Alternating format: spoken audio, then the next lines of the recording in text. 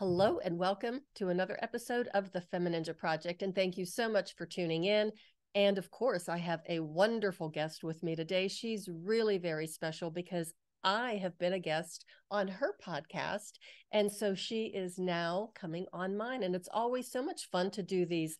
I call them the pod swaps and these little collaborations. So we get to know each other and support each other's podcasts and each other's stories as well. Lovely. So her name is Nina Garcia, and she is a licensed professional counselor, registered drama therapist, and certified clinical trauma professional.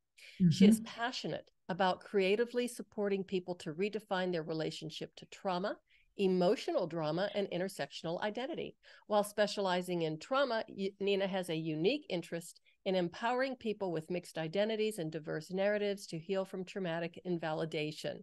As a private practice owner, empowerment consultant, and host of the podcast Empowered Human with Nina Garcia, Nina is proud to empower people from all walks of life to own their truth without oppressing themselves and without oppressing others. Nina, thank you so much for being here and welcome to the show.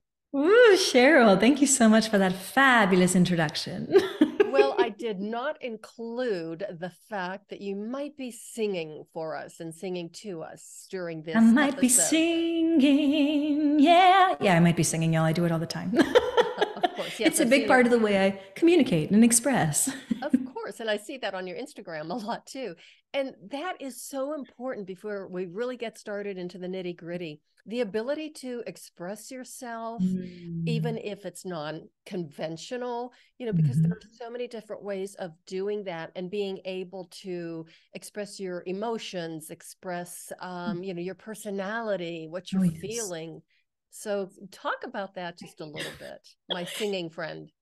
Cheryl, it's so, I love that you just put a little frame on that, the ability to express yourself in the ways that might be unconventional for some, but may feel actually quite conventional to you, right? I would definitely say, and have had friends who have said, Nina, it's very clear that the way that you express yourself through song is an expression of love. It's an expression of safety with us, that you do it when you are vibing and you're feeling like you're in your green zone, so to speak. And it very much is, right? It's an expression, yes, when I'm happy, yes, when I'm feeling big feelings, and also if I'm a little frustrated with something, you might hear me go like this. I'm a little frustrated with this and I think I need a minute, excuse me, and then I'll exit, right? Stage left, very dramatic. But it's a really big part of who I am, so much so that, Cheryl, when I am dating, before I even meet someone on a date, it is one of the first questions I ask to them as a deal breaker question. Yes. If I were to break into song and you were around, or even if I were to start singing to you, how would you respond?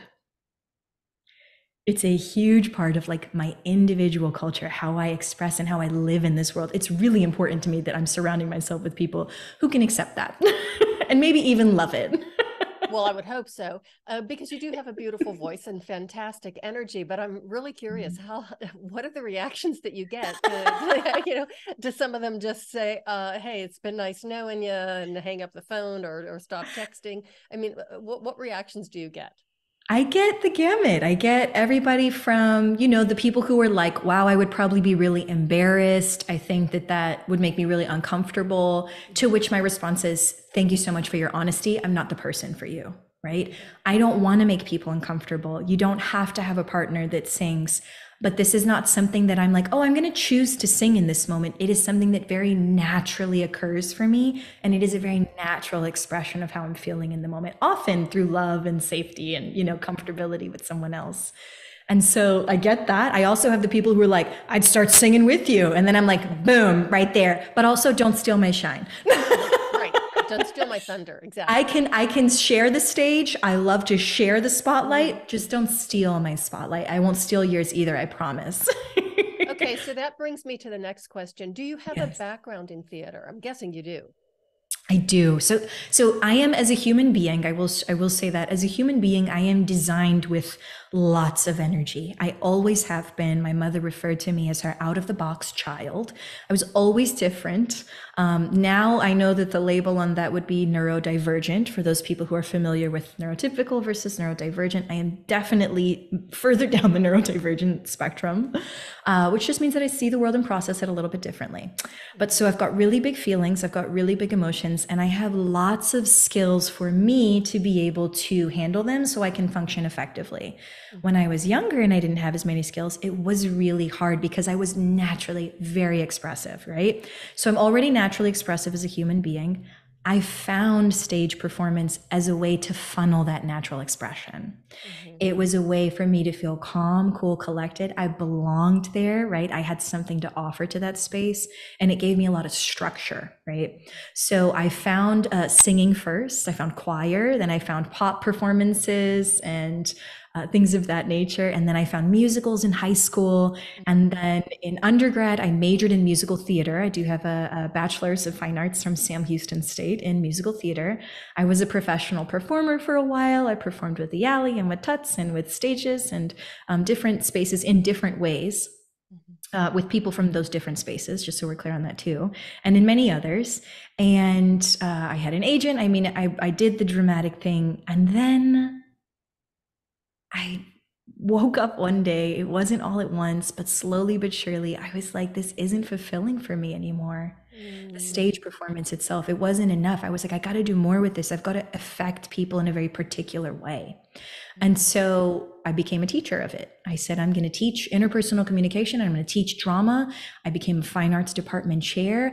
I taught at a high school. I loved it. If I could go back to doing anything else besides therapy and Mm-hmm. empowerment work, it would be being a teacher. I loved teaching high school students.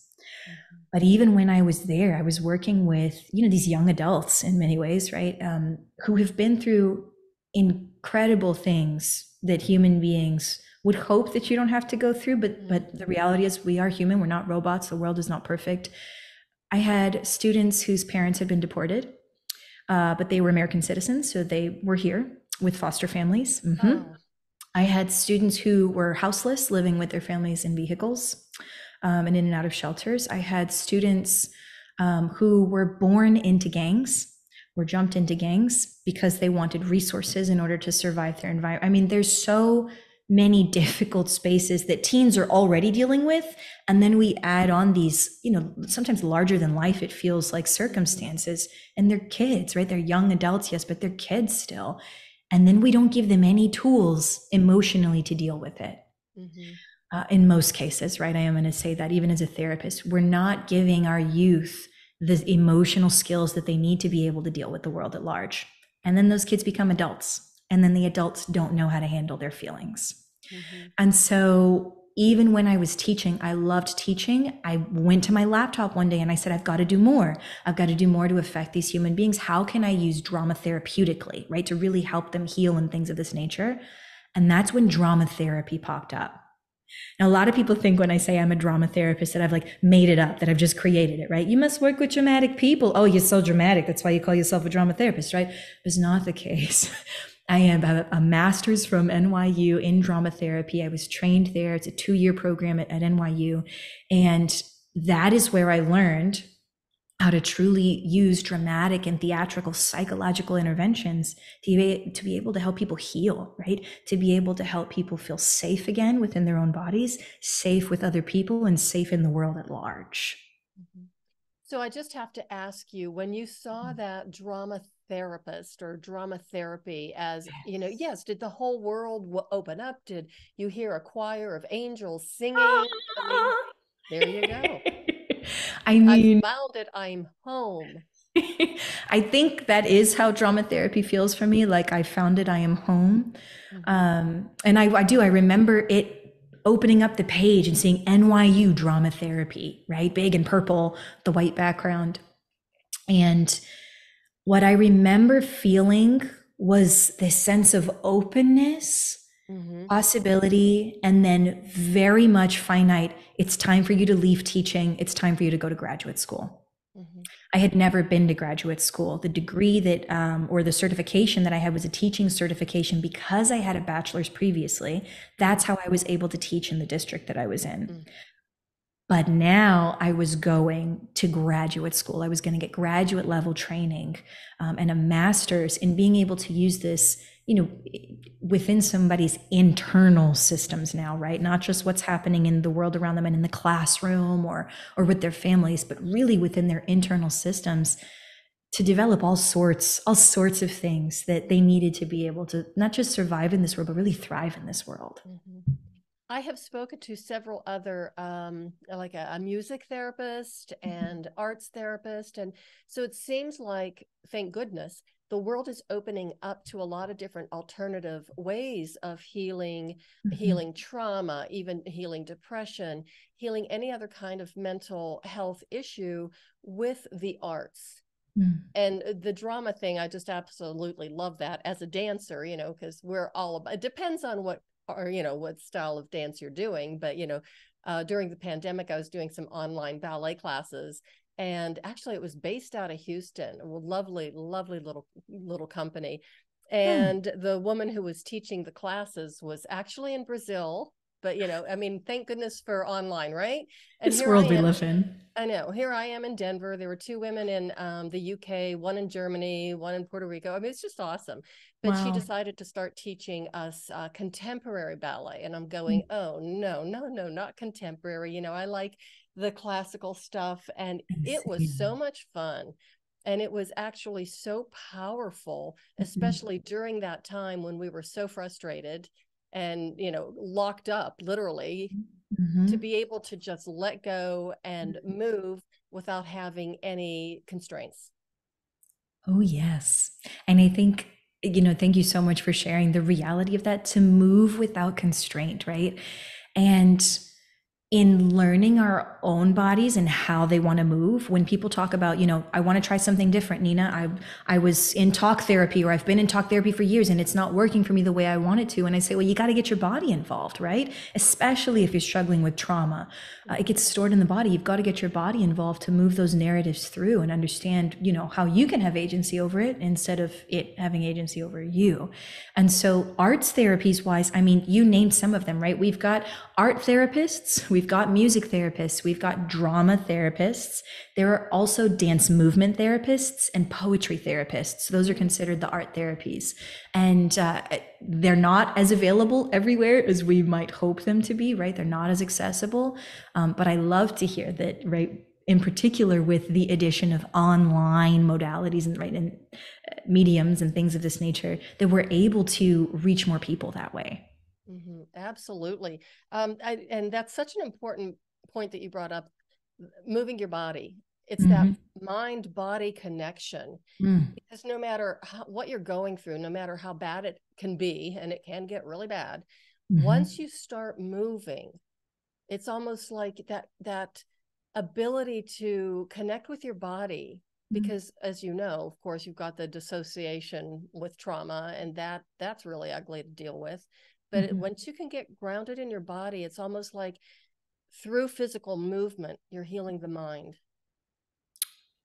Absolutely.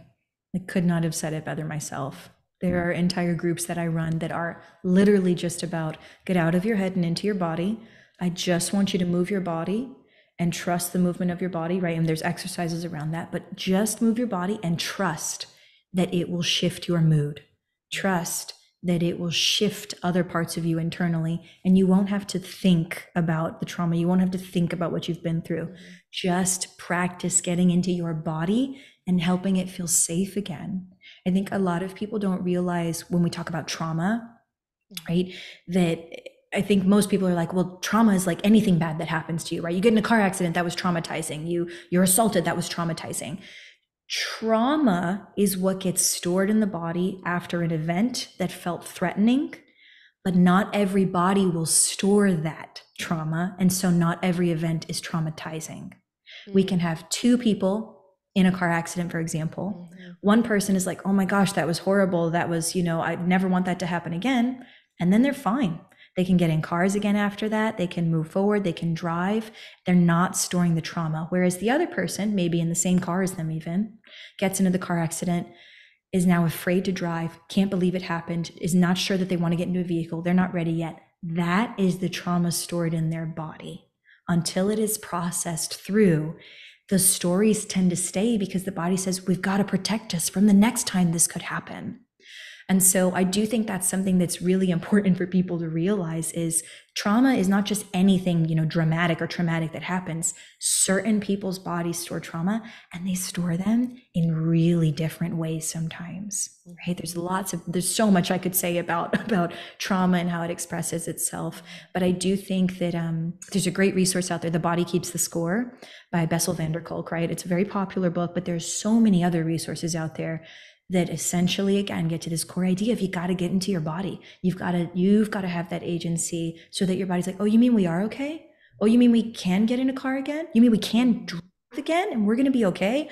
Oh, okay. So I don't need this alarm to constantly go off when we think about, material associated to the trauma, right? When we think about the car or the screeching of tires or honking of horns or things like that in the case of the example I gave, right? Now it's different for obviously each trauma we have, there's different material, but that's what those alarms are supposed to do. They're supposed to warn us so that it'll never happen again. We can't stop things from happening to us again necessarily, right? We can only help ourselves move through what's happened in the past and stay in the present. Mm-hmm. I want to go back to the movement. Let's go back. Okay, because, as a physical therapist and Feldenkrais practitioner, it seems like a lot of people would come to me and they're like, well, I don't know how to move, or I don't know what to do. And, maybe if they've had, like a pain syndrome or an injury and, they're guarding or whatever, but it's almost like, well, I can't dance because I don't know how to dance. I've never been a dancer. And it's like, trust me, you've been a dancer since the day you were born, maybe even before then. Right? Because I had a ballet teacher who had her own little studio and she taught ballet, tap, and jazz. And she was expecting her first baby. And she says, this kid really loves tap. Because, ballet, wasn't kicking, jazz, meh. But once she put on that tap music, that kid was just kicking all over the place. So, I think my point for bringing it up is for the listeners, just in case they're thinking, well, okay, well, what kind of movement should I do? And you might want to change the should to could and just start exploring. So if you want to elaborate on that a little bit, that would be fantastic. I love this, right? What type of movement could I do? Right. So, I think could be removed from the English language. I think we even talked about that, right? I'm big on like, if should is there, like flag your shoulds. I'm saying that all the time, flag your should. I just heard a should we flag it? Right? Right. What kind of movement could we be doing? And so I love to think of this when I do have clients, in particular my clients who have come in and they might be severely traumatized, might be moderately traumatized, but it shows up in the body. There's tension, there's avoidance, there might be dissociation, and that's just some of the things, right, that are present. And so what I'll say is, what is your body naturally drawn toward? Does it naturally doodle, right, with a pencil on paper? That is a form of movement. Is your body naturally drawn toward breathing or taking deep breaths in when it notices that it's tense? That is now your form of movement. Is your body naturally drawn toward painting or drawing? That's your natural movement. Does it naturally move when the music is on? You might go toward that as your natural movement, right? Do you really big express your emotions, right? Like some of us over here, right? Drama, maybe, right? Your natural movement. And so whatever feels most natural to your human body that you already naturally are doing again, I say, how do you learn to lean into that and amplify it? If doodling is the thing, how do you say intentionally, I'm going to take this doodle that I only ever do in like 2 centimeters worth of paper, and I am going to lean into that and let it expand to the whole page. Same thing with drawing, right? How do I, instead of just doing it when I'm super stressed out or not doing it at all, but wishing I could, how do I intentionally take some time and say, I'm going to expand this movement intentionally? Breathing is the same thing. not just taking a breath into your belly or a breath into your chest, but can we use your arms too? Can we get your arms involved with the breath? Sometimes I'll use a pillow with somebody. I'll be like, use the pillow, lift that pillow up, right? Because it's using different muscles. It's using your body differently, but still you're leaning in and expanding a movement that already feels natural to you. Same thing with dance movement, same thing with drama, right? And I'm not saying go out and vent at everybody for drama, just so we're clear, right? Or like, I don't know, dance on somebody else's feet if you're dance movement, right? Since those are more physically expressive, right? But if you're naturally drawn, like some of us, toward more physical expression, could I turn a song on in the morning and actually say, yes, I'm going to move my body, and maybe I just start with my shoulders. And then maybe I'm moving my shoulders down to my elbows. And then maybe I'm moving my shoulders down to my elbows to my arms, right? I am leaning into what felt natural and I'm expanding it, right? Same thing, I guess I brought in drama. Same thing with drama, right? If I'm naturally okay with venting to somebody and like getting it out there or expressing myself, or, right? Instead of just doing it when I'm about to blow up, because that's what's natural. How do I say, you know what? I am frustrated about this. I am angry about this, or I'm sad about this. Let me take some time and intentionally say, I am sad about this. And maybe I'm looking myself in the mirror while I do it. Maybe I'm writing about it while I do it. And I'm really letting myself express and expand something that, again, already felt natural for me. Mm-hmm. I love the fact that you're moving your upper body. Okay, so for the people who are just listening to the audio and not watching the YouTube video, Nina's all over the place and in a very good way. And the upper body is just moving and flowing, and the shoulders are rolling, and the hands are so expressive, and the arms are extended, and especially when they go over her head when she's simulating having that pillow to take that deep breath. As a former respiratory therapist, I really like that because of the way that it opens the chest and gives you that opportunity to start breathing again, because that's where we do hold a lot of trauma. We don't breathe. Those muscles get tighter. They get more restricted. The breathing gets more constrained. I was diagnosed with asthma when I was going through my trauma and trying to heal from that. And I kept saying, I do not have asthma. And I remember one of the doctors, he was a what allergist, and he says, yeah, no self-respecting respiratory therapist has asthma. And I'm like, well, look at all my PFTs, look at all my my lung function, and they were all at 100%. I said, this is not someone who has asthma. It was just because my poor chest was so tight. And once I found a way to release it, I could breathe again, threw the inhalers away, and and that's empowering, because I wasn't stuck and a servant to those inhalers and those medications and those physicians. It was an incredible, empowering moment of self-healing. Oh my gosh, yes. I think so many people don't realize it, and I'm sure you know this, right? But we have a word for this, right? It's psychosomatic. And it is when your emotions are causing physical symptoms, right? That is a really rudimentary way of, right? Basic way of saying it. But it's when your emotions are causing a physical symptom to show up. I have had eczema. Eczema is something that can be a psychosomatic symptom, show up when you're under intense duress or stress, right? And chest tightness in the shoulders, tightness anywhere in the body. I actually think if we could just frame what you just brought up, that's a great exercise. And another way for people to lean in is to just take 2 minutes. You can put the timer on and write down a list of where do I notice tension in my body right now, right? And you start at the head or at the toes and you work your way on up or back down, right? Where am I noticing tension right now? Or am I holding my feet even just now in this moment, right? So holding my feet really tight. Now I'm like, just relax that. You don't need to hold tension there right now, right?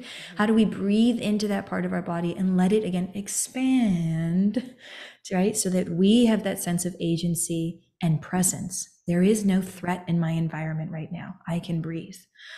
There is no threat in my environment right now. I can expand. In fact, I can take up space and know and tell my body, right? I'm sending it the messages. We are safe. We are here. We are okay. There, we can make a practice of that, I love that. Expand your body. I had a ballet teacher that I took one from recently, for 5 years before the pandemic. And she used to say, be big, make yourself big, take up space. But then I want to go back to that little word that could be triggering, and that is the psychosomatic, because years ago, people would say it's all in your head, it's psychosomatic. And that was kind of, I know, right? And that was kind of like, oh my God, how horrible, like I'm making this up, or, you're a crazy person. And nobody ever explained it as what psychosomatic really was. But when I realized that, oh, it really is in our head, because that's our nervous system. It's our brain trying to process everything. So being psychosomatic does not mean that you're making things up. It means that it is a very real thing. Yes, it is real. It is expressing itself in a way that it does not seem to be right, what it should be, right? But it is. It's expressing itself in a way that maybe we don't expect. It does mean that there is something real there, though. Yes. And I think I even want to expand on that, because there are some people who maybe don't have something physically showing up in their body, and they're still told it's in your head. You're imagining this. You're being over dramatic, right? All of this. Oh, everybody just take a breath in and just let that go, right? The way you feel is still real, even if other people don't agree, even if you're the one who says it's out of proportion. Guess what? It's still really how you're feeling. And so it behooves us to say, how can I develop a healthier relationship with this emotion? How can I get greater agency when it comes to this emotion or this pressure, this feeling that I'm feeling, right? How can I do that? Because guess what? It is real and it is mine, right? It's yours. Nobody else can claim that. So there's so much I could say about people saying you're overdramatic or overly sensitive. That's more about them than it is about you. Yeah. And well, there is one thing I want to say about it too. When people are dismissing you and saying it's all in your head and you're making it up and all that, there is nothing more demoralizing and denigrating than being marginalized like that, especially if it's somebody that you've gone to for help. That is just, it's absolutely devastating. So if anybody does, for the listeners, marginalize you or dismiss you in any way, you're in the wrong place. So grab your bag and run. Yeah, I said that. Listen to that yellow flag. Listen to that yellow flag. If somebody's willing to invalidate you, my follow-up question is, if I'm going to stay there, is always to put the ball back in their corner. Nina, you're too sensitive. You're being too sensitive right now. Am I being too sensitive? Or to some degree, are you being insensitive to what I'm feeling? Right? Let me just put that ball back in your corner. Because here's the thing is, you can label me insensitive, or too sensitive, right, in this case. But guess what? I'm still feeling this way. So invalidate me all you want, but the feeling is still there. I actually had a therapist tell me one time, she says, "Oh, you're intense." And I had my knitting with me because that was one way I could calm myself down. It's something about knitting, once you know what you're doing, that's very, very soothing. And I just wanted to, I was just like shocked. And I wanted to grab one of those needles and just stick it in her eye and say, like, how's that for intense? Right? I wonder, like, what was it that she meant, right? Because people will say, I'm intense. And I'd be like, I am intense, right? But then I'll look at them and I'll say, but is it too intense for you? What do you need right now? And I'll own that, right? And you don't have to have owned that, right? But I do think I'm experienced as intense by people, but I do not experience myself as intense. And so I will say, yeah, I can be intense. Is it too much for you right now? Would you like something different? Do we need to part ways, right? Or if I have capacity, right, I might bring it down a little bit or bring it in. I might say, I can take it down a notch for you. Right? I can do that right now. Sometimes I can't. And I'll be like, well, I need to part ways with you because I'm in this space and I'm not going to move from this space. Right. But I think that really does bring us into that whole line of believing too, that I deserve to own my truth without oppressing myself and also without oppressing you. I don't have to exist with you, but I damn sure I'm going to exist. I love the way that you embrace your power and your drama and your enthusiasm, let's just say. I don't want to say intensity, because that to me sounds like, I think intensity is a good thing. Yeah, I think so too. I think it can be, right? I'm sure there are many shades of intensity that maybe we would say, wow, that looks like a dysfunctional shade of intensity right, based on what's happening, right? Or, wow, this is a really functional shade of intensity, right?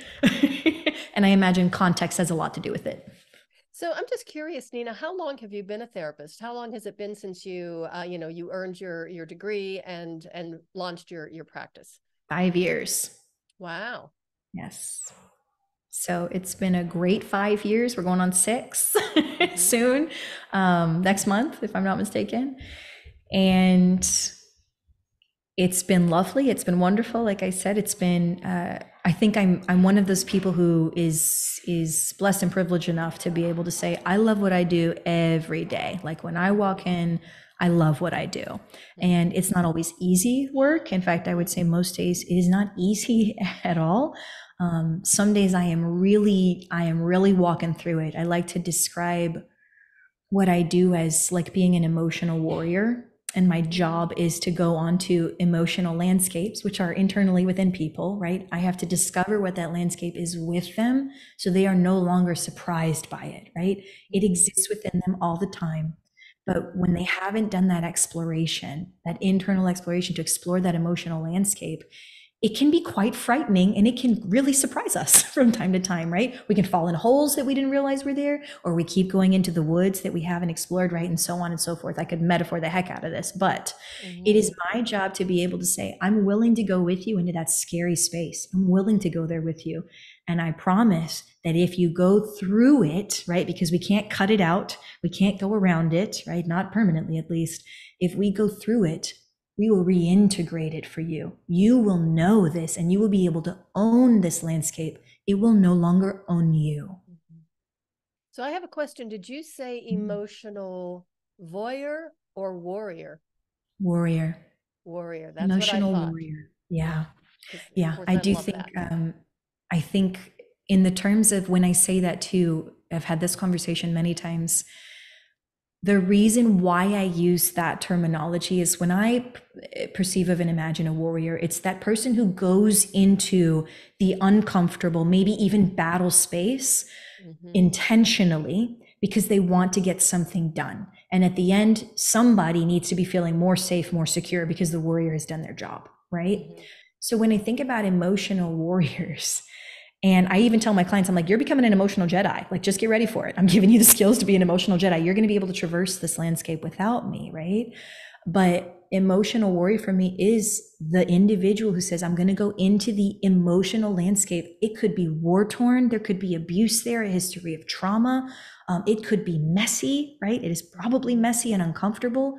And you still choose to go because you know that by the time you have made it through maybe the battle, maybe the scene or the landscape, by the time you have made it through, parts of you, if not all of you, will be feeling more safe and more secure. That's the warrior's job. So that's why I use that terminology. Well, I love the word warrior, as you know. It's very near and dear to my heart.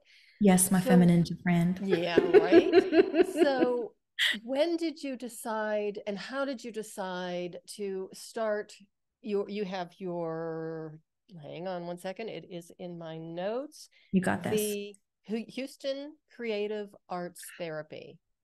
Yeah, my Because I private see practice. you work with someone else. You did say we, correct? Now I do. I Oh, just hired a music therapist. okay. Yes. So for anyone looking for a music therapist, she's available. Okay, um, so I love the fact that you just hired her, but she's already on your website. It's like you must have updated your website immediately. yes. Yes, I move quickly, Cheryl. Yes, you do.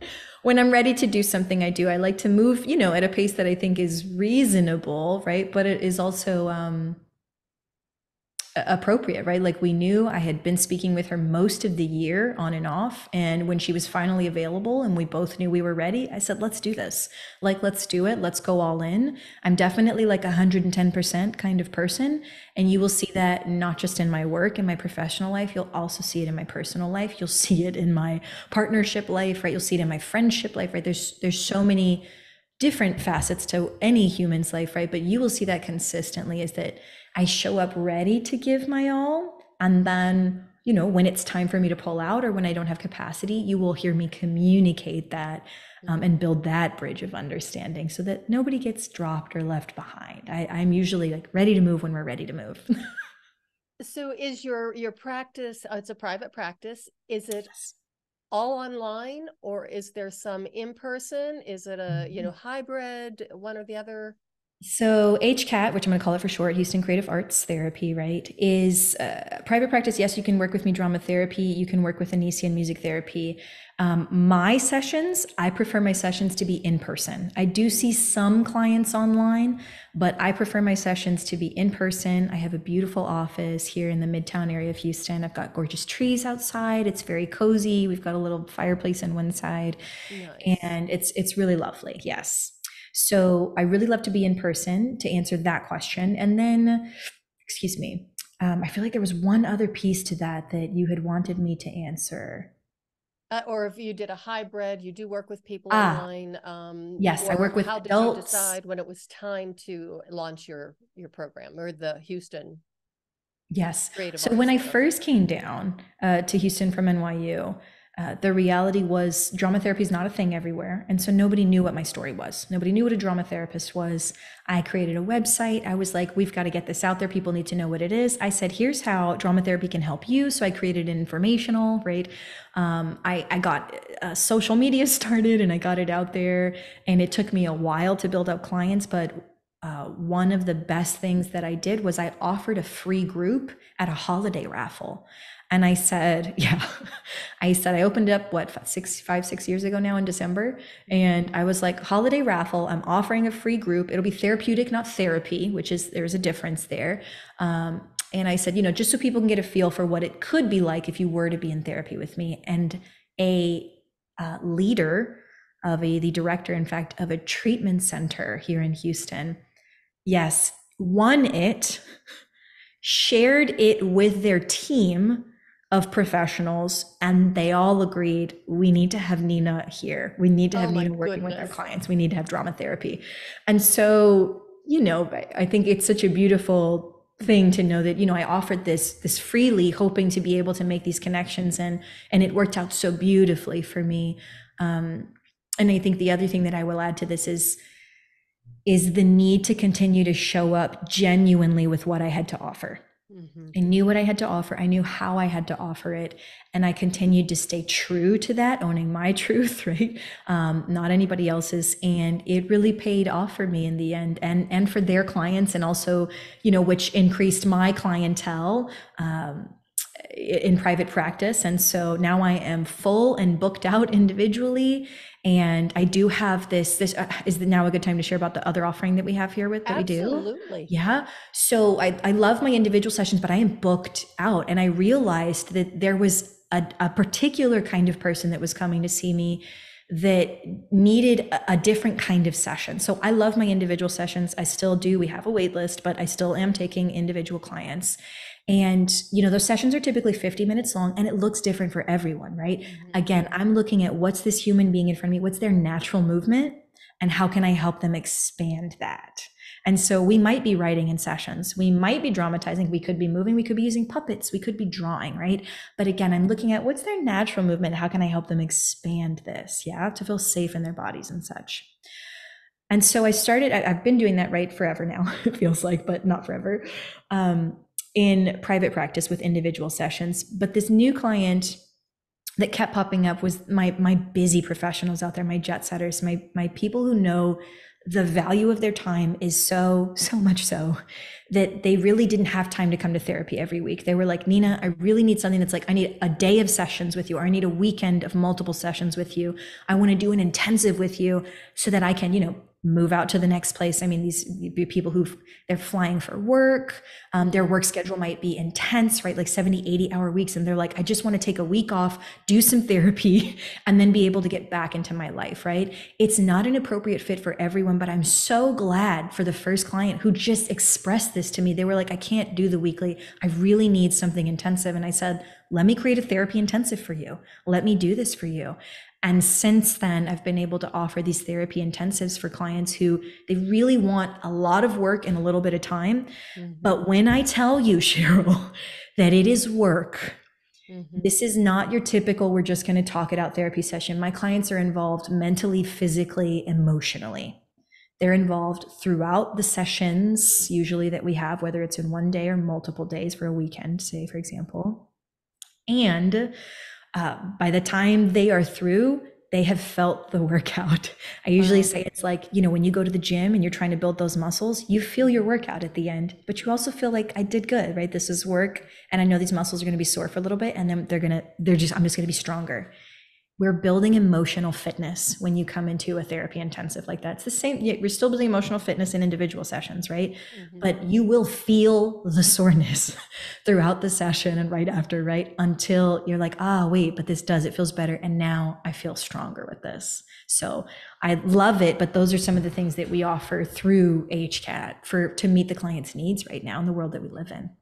Excellent. So, and what is the website, how can people find it? Yes.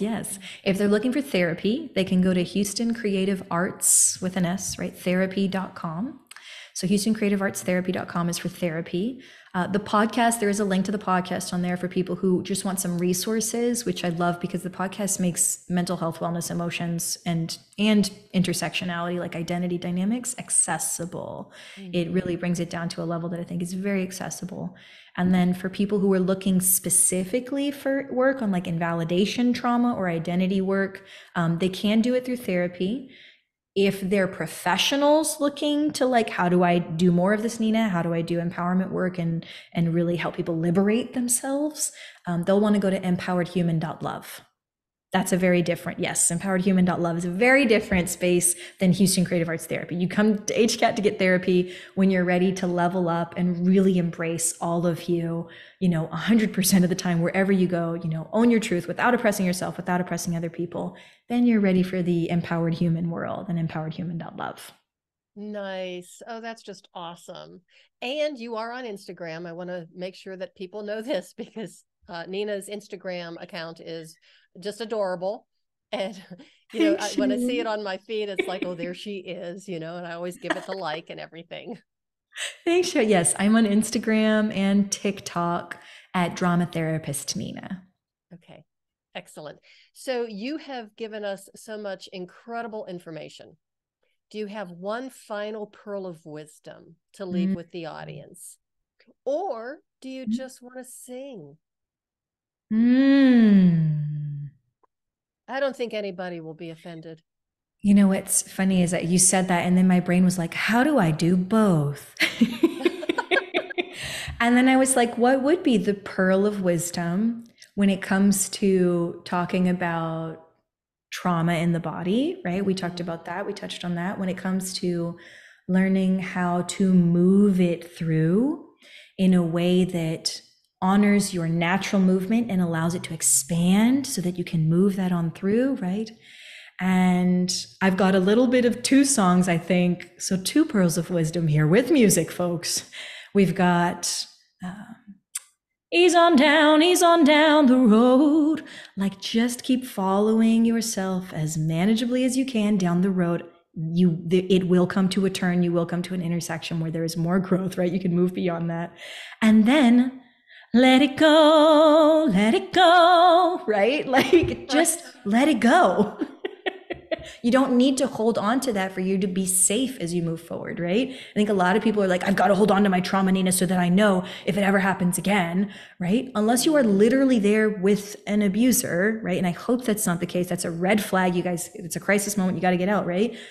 Our trauma is really just telling us and making us feel as if it is dangerous, but we're not in danger anymore. It's just scary. We can do scary, right? We can do scary. So ease on down the road so that you can let it go. Oh, that is just amazing. Thank you for that. Nina, thank you so much for being on the show. This has been a fantastic conversation, and it's always wonderful to see you. It's been a long time, I think, since I was on your show. So it was just, it doesn't seem like it. It seems like it was just a few months ago, but that's not right. I love that. I love that. No, it's really good to see you and to feel your energy again. I'm really big on energy, and it's like, oh, this is that Cheryl energy. She's here to do the work, but it's also feminine, but it's also intense, and it's also, but not intense in the way that you would say intense, right? So anyhow. Yeah, we could do a whole nother episode on all of that. So thank you. It's just lovely to see you, and I'm just so excited to talk to you. Well, thank you so much for the time and the space, Cheryl. Appreciate it. And everybody, thank you so much for listening. What an incredible episode. Isn't Nina wonderful? Do check out her website. Do check out her Instagram account because it is just absolutely lovely. She's obviously a wonderful person. And if you need any help, please contact her. Just to say hi, or hey, I'm in a stuck spot. What can I do? Or how can you help me? And just to remember to ease on down the road and let it go. I think I'm going to have that printed on a t-shirt or maybe even a bumper sticker, because you can always heal. Body and the mind has an incredible capacity to heal as long as we give it the right tools to do so. And that is the way of the FemiNinja.